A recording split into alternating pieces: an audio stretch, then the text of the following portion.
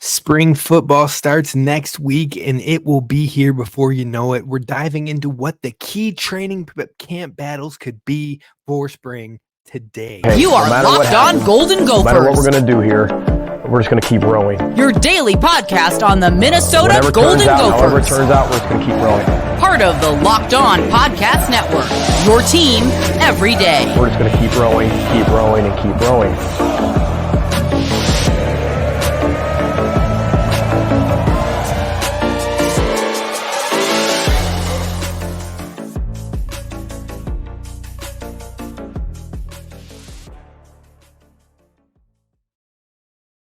You're listening to Locked On Golden Gophers, part of the Locked On Podcast Network, your team every day. My name's Kane Rob, host of the podcast, former collegiate football video coordinator and recruiting assistant, here to talk Golden Gophers with you each and every day of the week, Monday through Friday. Today, we're back at Gophers football because spring football will be here before you know it. In fact, it was announced that it will be kicking off on March 21st.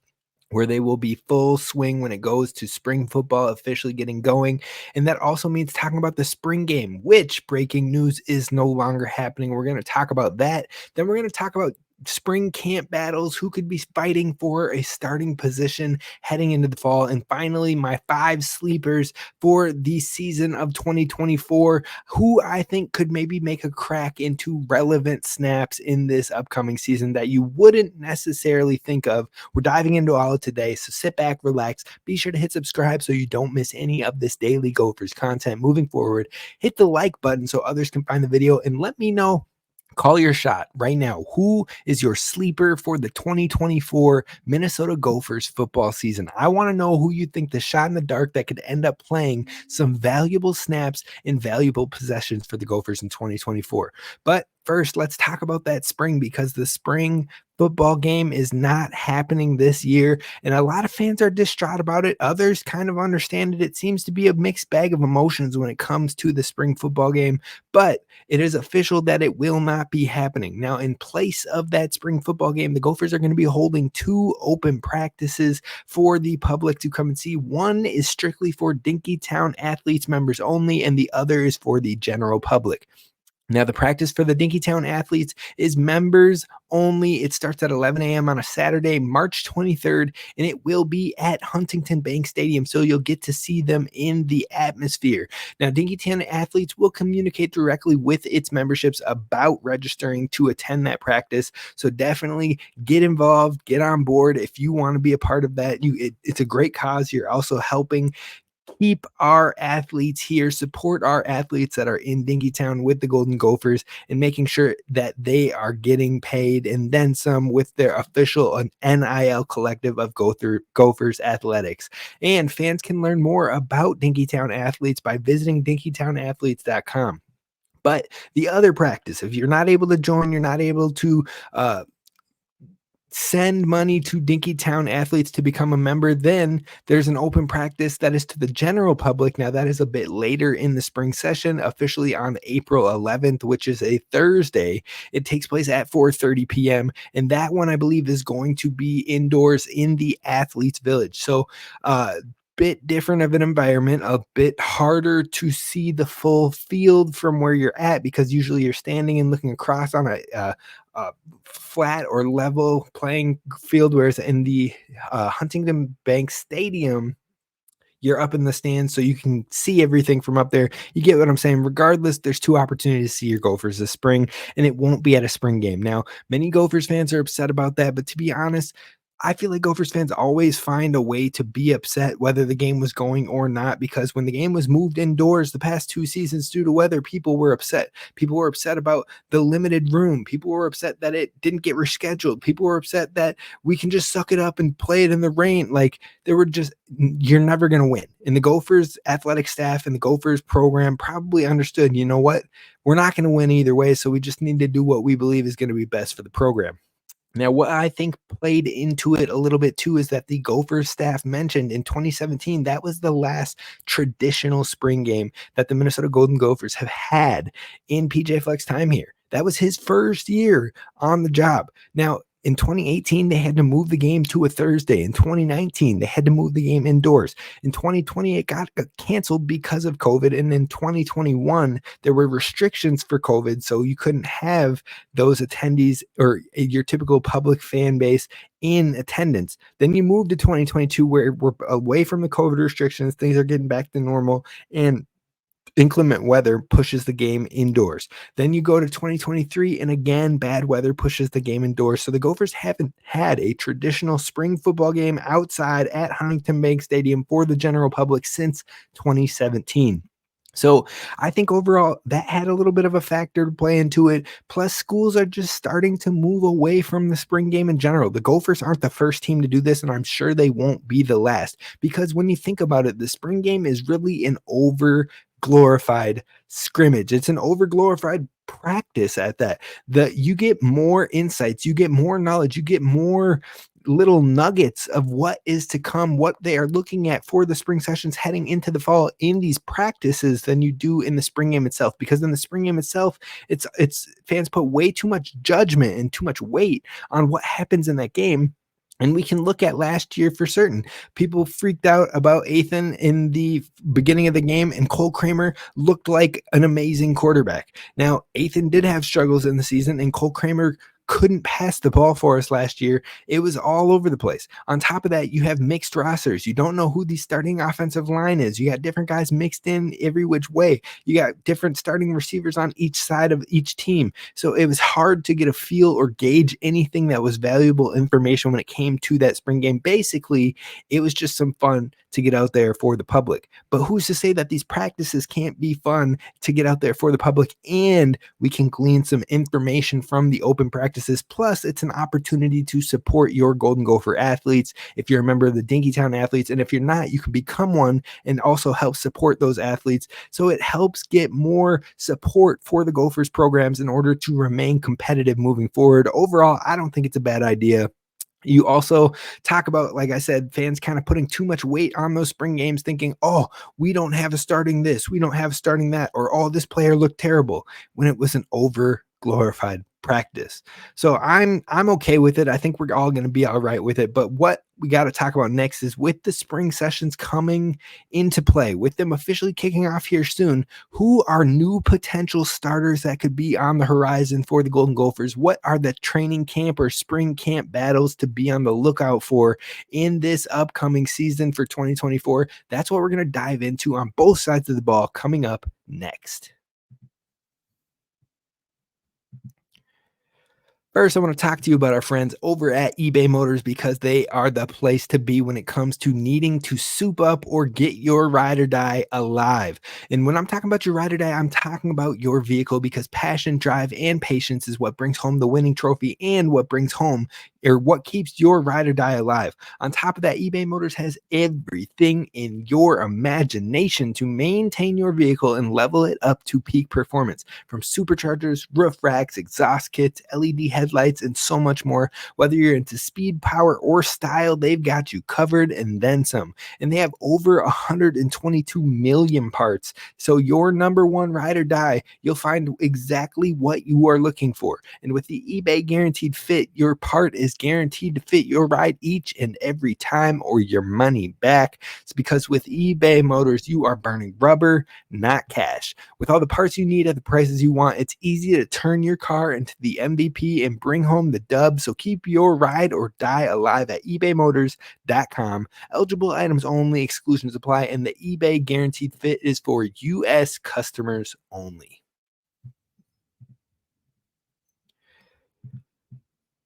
All right, Gophers fans, we're back at it again. We're talking about the main camp battles to be on the lookout for maybe new potential starters heading into 2024. But before we do that, I want you to mark your calendar, because Locked On College Basketball is having a bracket breakdown show Monday, March 18th at 7 a.m. Eastern time. Experts like Andy Patton and Isaac Shade will be breaking down their brackets and discuss everything that you need to know to fill out the winning bracket and prepare you for this year's NCAA tournament. Find the Locked On Bracket Breakdown on Monday, March 18th on Locked On College Basketball Podcast, wherever you get your podcasts. All right, so let's talk about the new potential starters and what are the training camp battles to keep an eye on for the Golden Gophers heading into the 2024 spring session. So let's talk about what starters positions are departing. Now, when you're looking on the offense, you've got the center, you've got the tight end, you've got the quarterback, and you've got the slot wide receiver. Those are the starters that will no longer be back with the Gophers. So on that center front, we're losing Nathan Bowe, we're losing tight end Brevin Spanford, quarterback Ethan Kaliak-Manis, and slot wide receiver Corey Crooms. All those guys played a heavy amount of snaps in 2023 for the Gophers. So who could step up? Kicking it off with the center position, I think on this show we have mentioned Brett Carroll time and time again when it comes to the young gun class of 2024 who could be the future of the position for the Golden Gophers, but it's going to be tough for him to come in and step into a role immediately, especially not being here in the early session. So I think he is definitely a key piece for the Gophers moving forward, a hopeful piece that can be a starting player for this team at some point in time and be a long-term guy, a potential NFL future type of guy. He has the talent, he has the size, he has the athleticism. Dude's a champ when it comes to track, wrestling, and then some, and he is a talented center. So overall, long term, I love Brett Carroll. But I think for 2024, it might not be the answer because I don't know if he'll be ready to start in August when he's not really able to get to campus to start practicing until the summer as well. So beyond him, you're looking at Cade McConnell. Cade McConnell was the only center who took snaps at that center position in the fall camp practices that were available to the media and to the public, and he probably leads the charge at the position. Now, aside from Nathan Bowe, aside from Carter Shaw, like I said, he was the only player that took any center snaps that we were able to see, so you got to think he's at least in that running and in the competition. Now, I've also heard names to potentially keep an eye on at center, and that could be youngster Jerome Williams from the class of 2023 or Ashton Beers from the class of 2022. Now, Ashton Beers is a player that the Gophers staff has loved, and they've shown that they love the work he's put in and the growth he's shown in this program over the past couple years. But overall, he was a 2 for the Gophers last year. He was on the 2 deep. I believe he was the backup left tackle, if I'm not mistaken. Otherwise, he had some flexibility and versatility to him as well. Now, I think he is a player on that O-line that the Gophers, like I said, like him a lot. And on top of that, I think they would love to find a way to get him onto the field sooner than later. Now, next year, there will be opportunities with Ariante Ursary, probably looking towards the NFL draft. Quinn Carroll, I believe, will be out of eligibility at that point. So that's 2 starters. Tyler Cooper will be out of eligibility at that point. That's 3 starters right there that won't probably be back for the Golden Gophers in 2025. So enter Ashton Beers, who will probably walk up into an potential opportunity. But if they can get him on the field in spurts this season, I think they will jump at the chance. And if he can hold down the center load, well, then you've got some run in him for the next couple of years as well.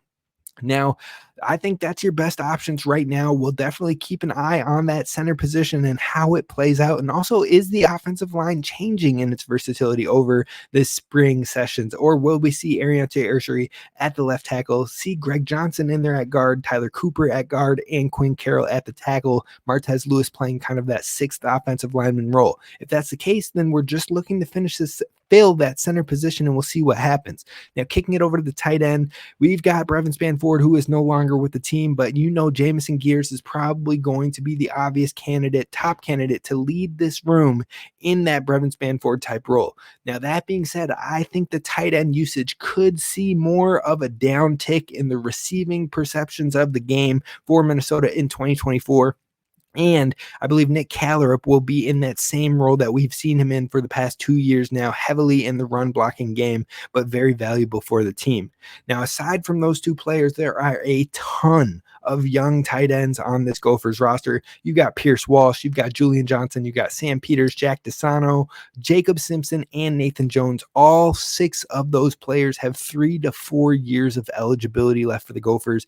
So there's a lot of potential talent, a lot of moldable players in that room, and you could find your next little star tight end in that grouping. But That being said, the position is very hard to get on the field early because not only do you have to learn the playbook and the concepts from a receiving standpoint, from your route running standpoint, and fine tuning those things, but you also have to get into the intricacies of blocking, run blocking, pass blocking, and all of that stuff. On top of usually when you're coming into Division I FBS Power 5 level football, you need to put on more weight when you're a tight end coming in. So I think that none of those guys are really going to see heavy minutes as early freshmen, true freshmen, redshirt freshmen, what have you.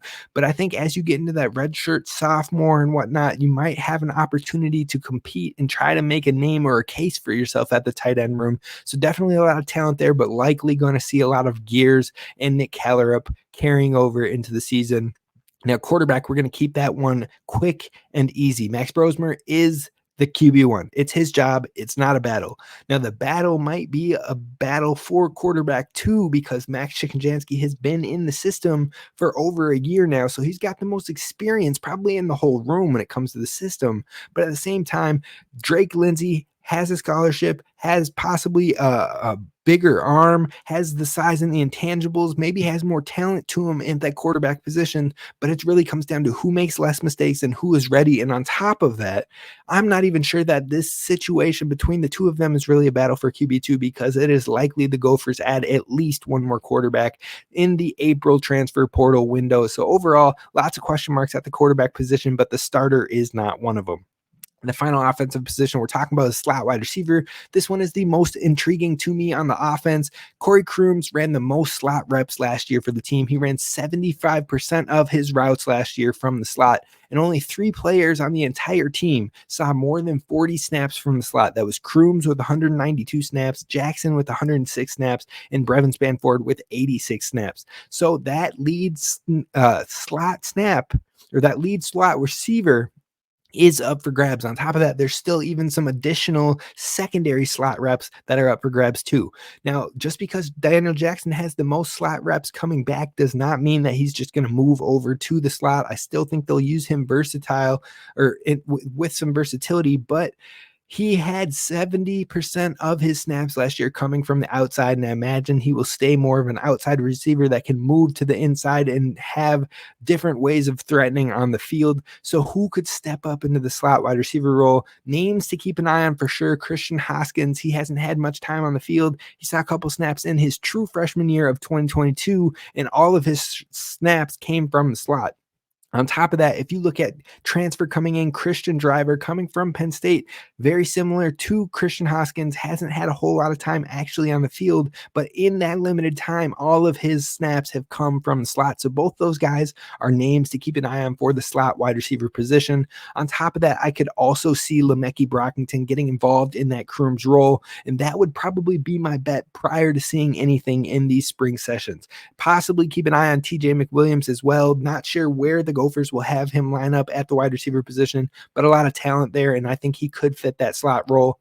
Flipping it to the defensive side of things, the starters we're losing are safeties. I'm going to say both positions are up for grabs.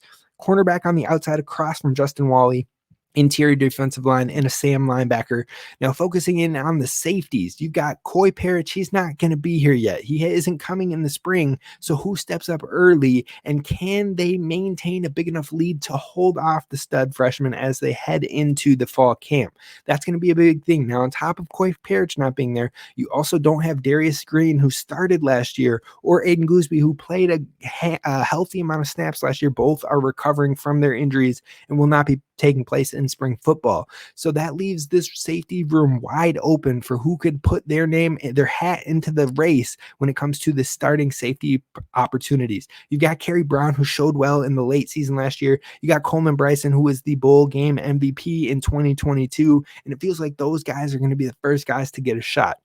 Another name to keep in mind is Craig McDonald. It's said that he'll likely get looks at both safety and nickel reps. Now, he is the transfer from Auburn and prior to that Iowa State, so he's got some healthy experience when it comes to the Power 5, and can he be the hometown guy that steps up and makes an impact for the Gophers in this upcoming season? Kicking it out to the cornerback position on the outside, a lot of people are talking about Ethan Robinson, the transfer coming in with 1 year left to fill that Trayvon Jones role, who played a very similar similar thing, came from the portal, 1 year left, coming from a low major, and all of a sudden, people are assuming that that is just Ethan Robinson's role for the taking.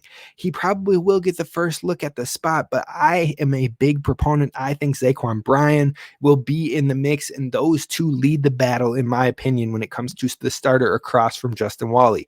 Now, that being said, Giante McMillan could play a role in that cornerback room. Tariq Watson and Rylan Kelly have both been talked about for multiple years now as having opportunities. Tariq Watson was the first person off the bench when it came to cornerbacks getting injured early last season. But as we got towards the back part of the year, you saw a lot more of Zaquan Bryan passing even Tariq Watson in some of the snaps when it came to, I believe, the bowl game.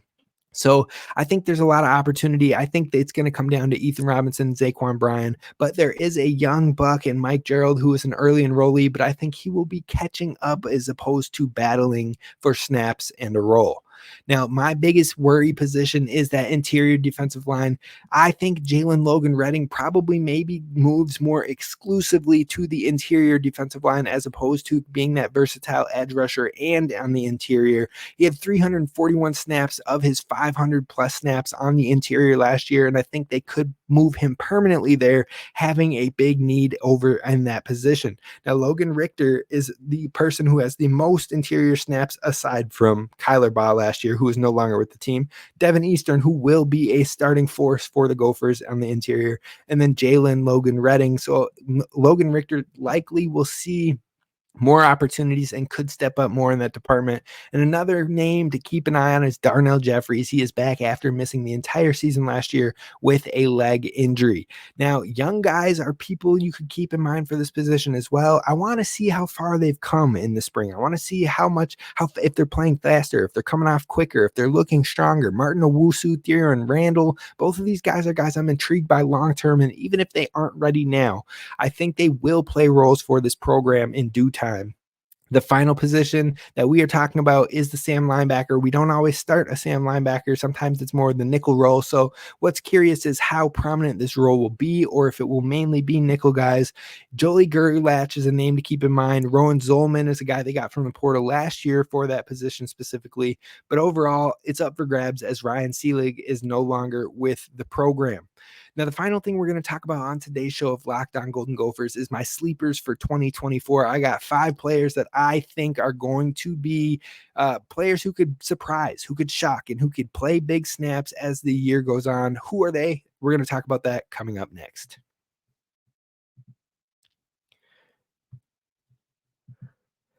First, I want to talk to you about our friends over at FanDuel, because you can say goodbye to busted brackets. FanDuel gives you an opportunity to bet on every game of the tournament. So you're not done after your big dog, your leading contender, gets knocked out in the first round, Purdue, and you don't have to worry about it all.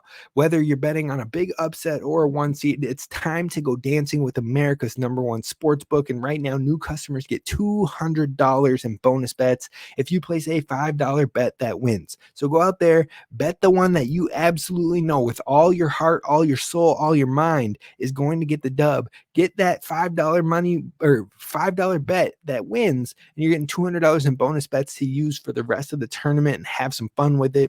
That's $200 to use on point spreads, money lines, and you can even get a pick who's going to win the entire tournament. Just visit FanDuel.com/lockedon and bet college hoops until they cut down the nets.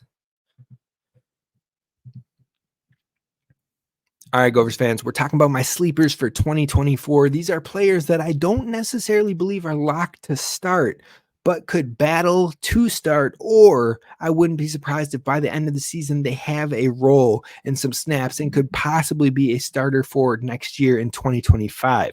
Now, these are 5 guys, and I want to preface this with this list will not have Kenrick Lanier or Zaquan Bryan. Now, if you listen to the show, you know I'm a big fan of both of those players. I think they're going to be major impact players for this program, but they're not on this list because I think they're going to have roles in 2024. And if you aren't on the same page, then you can take those 2 and you can put them right at the top of the list for me. But I didn't put them on this list because I think they're going to be playing roles, and I wanted to get more deeper into the names that we have here.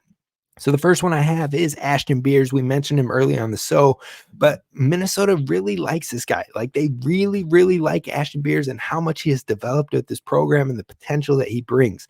Now they were impressed last year, and I think they're going to try to get him some time this year on the field. And I wouldn't be surprised to see him as a starter for sure in 2025. But if they can work a way to get him on the field now, I wouldn't be baffled by that one bit. Now, moving to my number 2 sleeper, it's Carter Menz, coming from North Dakota, solid edge player. He was a true freshman last year, but he ended up redshirting for the season. And he is a guy who needed to add weight, needed to get used to the speed of this Big Ten football here in the Big Ten. But his skill set could have him transition to that more Chris Collins type of role this year, where he could be in the rotation and give you some valuable minutes and opportunities and also flash for the future. And the starting spots at the edge are likely filled. You've got Josh Joyner, you've got Danny Sugar, you've got Anthony Smith. They all had some of the most snap opportunities last year, and I think they're going to have it again this year. But Carter Menz could make his name known and definitely work himself into that rotation as well, and I would put his name as my number 2 guy in the sleepers list. Number 3 is another player I have mentioned on today's show, Theoren Randall.